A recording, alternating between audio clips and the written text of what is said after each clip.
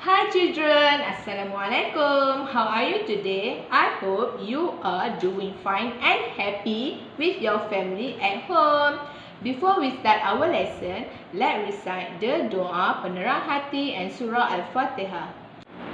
Bismillahirrahmanirrahim.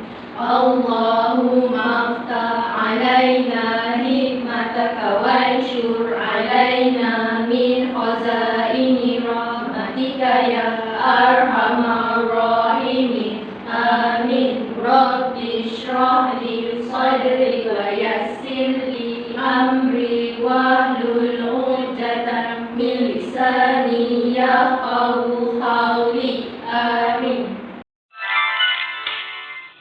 Surah Al-Fatihah. A'udzu billahi minasy syaithanir rajim. Bismillahirrahmanirrahim. Alhamdulillahi rabbil alamin. Ar-Rahmanir Rahim. Maliki yaumiddin. Iyyaka na'budu wa iyyaka nasta'in. Ihdinas siratal mustaqim. Siratal ladzina an'amta 'alaihim ghairil maghdubi 'alaihim waladdallin.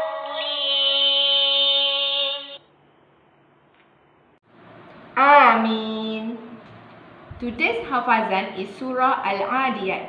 Don't forget to memorize with your parents at home. Kisah Nabi pada hari ini ialah kisah Nabi Daud alaihissalam. Nabi Daud seorang Nabi dan Rasul di Bani Israel. Ketika baginda masih muda, baginda menyertai pasukan di bawah pimpinan Talut untuk menentang bangsa Palestin di bawah pimpinan Jalut. Baginda dipuji sebagai pahlawan perang kerana membunuh Jalut. Baginda diangkat oleh Allah menjadi Nabi dan Rasul dan dikurniakan kitab Zabur. Baginda juga dikurniakan mukjizat. Antara mukjizatnya ialah suara yang merdu, kebijaksanaan, memahami bahasa burung dan mendapat melembutkan besi hanya menggunakan tangan.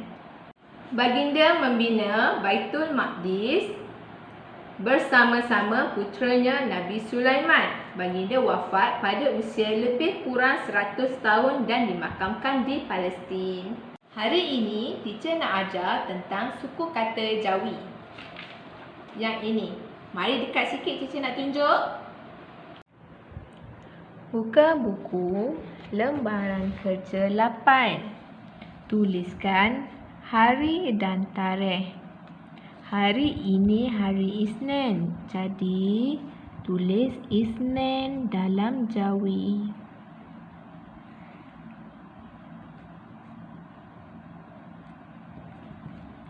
Dan tarikh dalam Islam. 25 Ramadan 1441.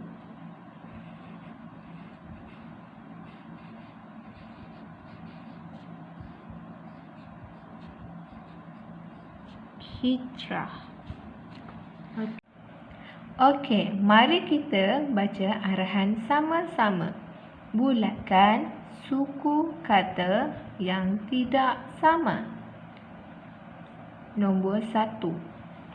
Ba, ta, ba, ba. Yang mana suku kata yang tidak sama? Pandai, ta. Bulatkan ta.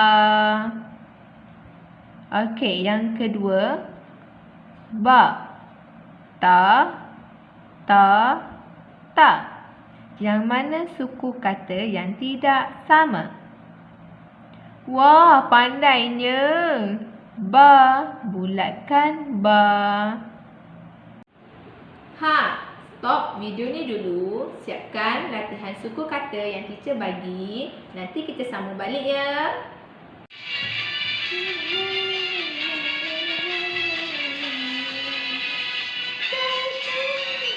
Perjalanan jauh tak ku rasa, kerana hatiku melonjak sama.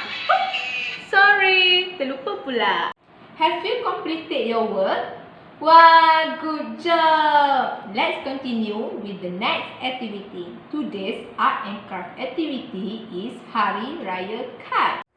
This activity, we learn about the traditional festival and also the skill of color and assembly. In this pack, we have one set of Hari Raya card, marker pens, glue, and craft accessories. First, color the pictures on the card with color pens. Then decorate the card with accessories. You take this one, put the glue and paste. Lastly, write "My lovely parents" at this blank space. Finally, a 3D pop-up card is done. That's all for today's lesson. I hope you enjoy do this Hari Raya card and teacher nak mengucapkan selamat Hari Raya kepada semua.